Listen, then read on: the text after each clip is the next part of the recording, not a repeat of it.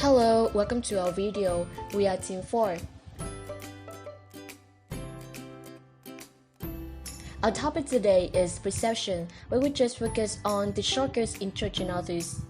So, let's get started. Perceiving and interpreting what others do are burdensome. This is why individuals develop techniques for making tasks more manageable.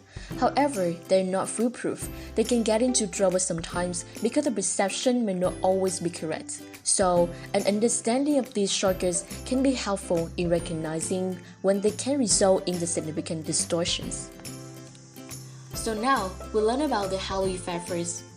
But before digging into this effect, I would ask you a question.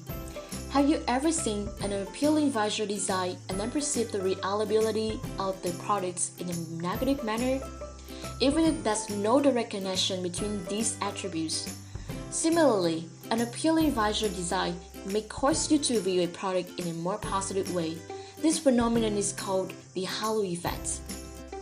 So, what is the halo effect?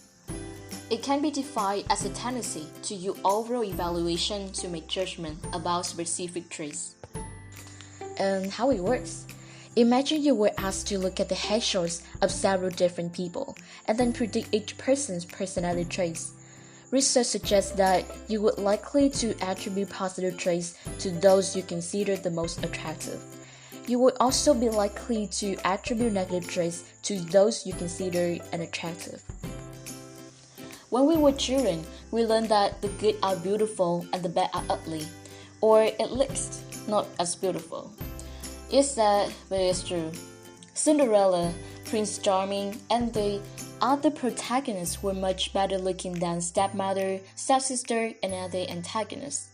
Even the fictional story and depictions today do not necessarily follow this rule, it can still be seen in our assumption about others in the real world. So, why it happens? The halo effect occurs because human social perception is a constructed process. When we form impressions of others, we do not rely solely on the objective information. Instead, we actively construct an image that fits in with what we already know. This error in judgment reflects one's individual preferences, prejudices, ideology, and social perception. When the halo effect takes hold of your decision making, it can hinder your ability to think critically about others' traits. As a result, you may mistakenly judge others unfairly and miss out on valuable opportunities. Even though you know about it, you can't really eliminate it, but it can certainly help to improve your objective decision making abilities. That said, there's still some way to avoid this effect. But today, I just discussed cognitive devising.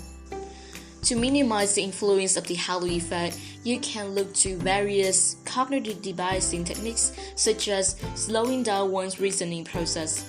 Don't rush to conclusion, but give yourself time to think carefully through the relevant information and gather all the facts. In order to understand more about this, I'll give you an example of halo effect in marketing. The halo effect stems from the marketing value gained by associating the product with the fame of celebrity. For example, the cooperation between Sangdong MTP and Business Hunter had turned the table, which helped revive this Vietnamese brand. A pair of shoes from Business Hunter collection sold out after its product placement in the electro music video. Business recognized it as a factor in its 300% increase in sales. This is because when a celebrity endorses a particular item, our positive evaluations of that individual can spread to our perception of the product itself. And companies use the halo effect to establish themselves as leaders in their industry. When one product positively imprints in the mind of consumer, the success of that product will infectiously affect other products. Number 2. Selective perception. It can be defined as a tendency to selectively interpret what we see on the basis of our interests, background, experience, and attitudes. So, how it works? People tend to screen out information that we aren't uncomfortable with or that contradicts our beliefs.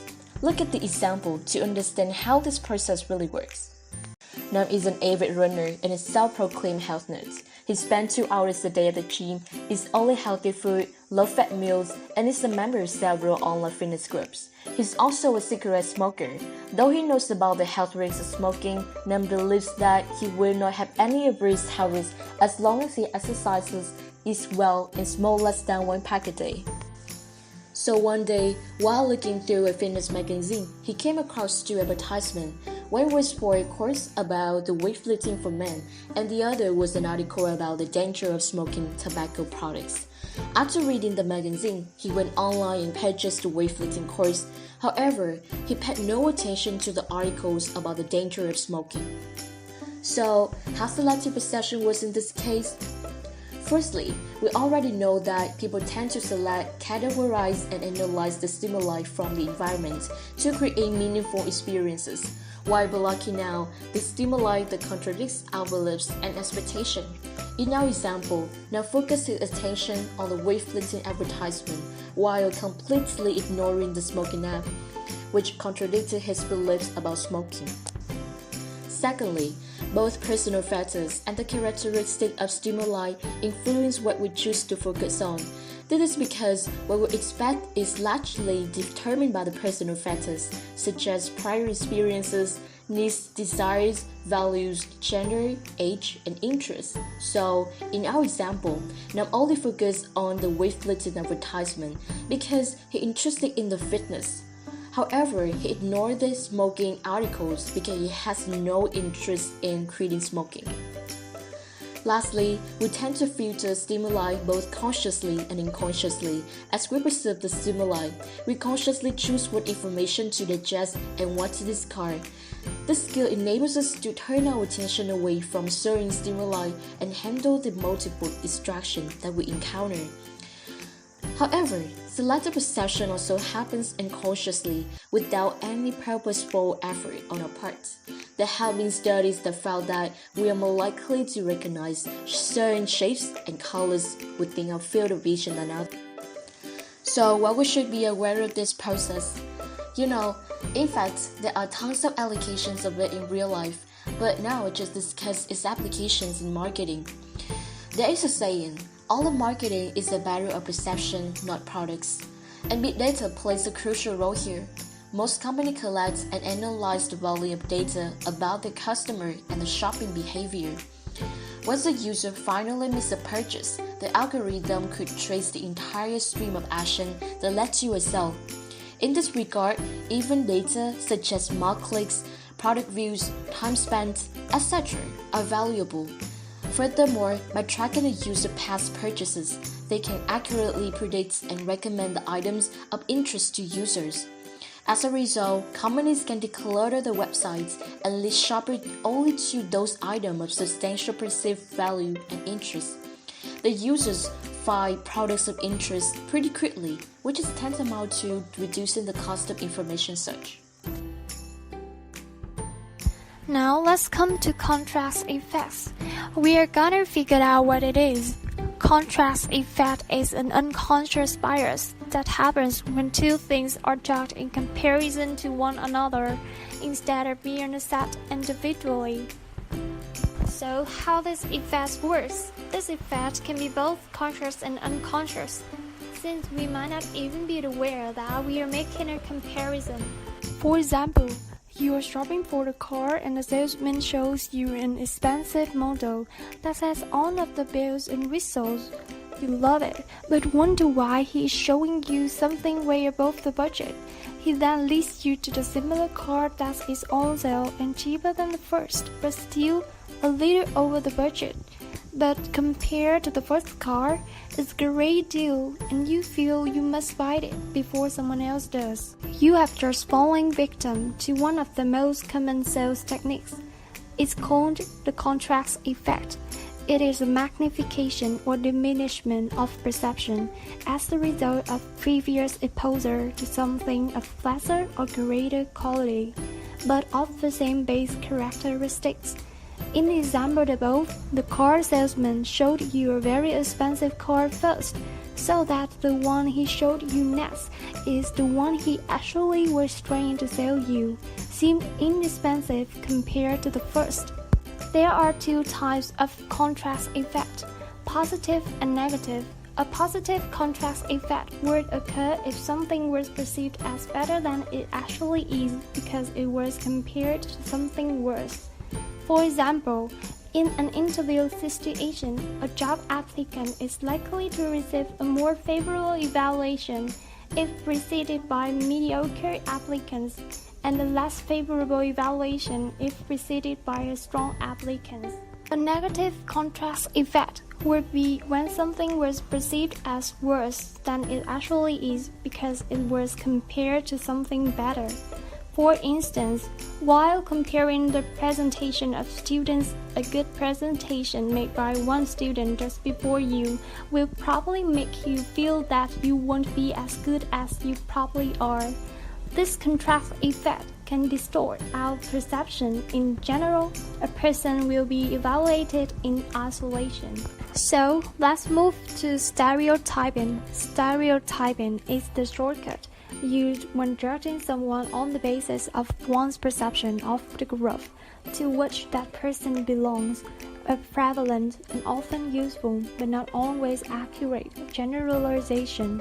So how the stereotyping works? We tend to attribute favorable or unfavorable characteristics to the individual based upon widely held generalization about the group. And now, we learn about two types of stereotypes, positive and negative. Firstly, negative stereotypes. Many common stereotypes are that they are based on negative references to a person's ethnicity and race, age, gender, politics, or sexual orientation. The use of stereotypes prevents us from getting to know one another and interacting effectively based on individuating information. For example, every day from the news, entertainment, and social media, your mind absorbs images of black men being portrayed as criminals, gang members, and freeloaders, and black women being depicted as welfare queens or as angry black women who are loud, aggressive, demanding, and rude. Over time, your mind begins to subconsciously categorize minorities as inferior. This feeds the myth of racial progress and makes overcoming racism more difficult. Let's come to positive stereotype. Many people are under the mistaken impression that a positive stereotype, such as the statement that members of a particular ethnic group are smart, is a good thing. Yet, that very stereotype can cause people to place unreasonable expectations on members of that particular ethnicity, which in turn can lead to undue pressure or enormous assessment of competence.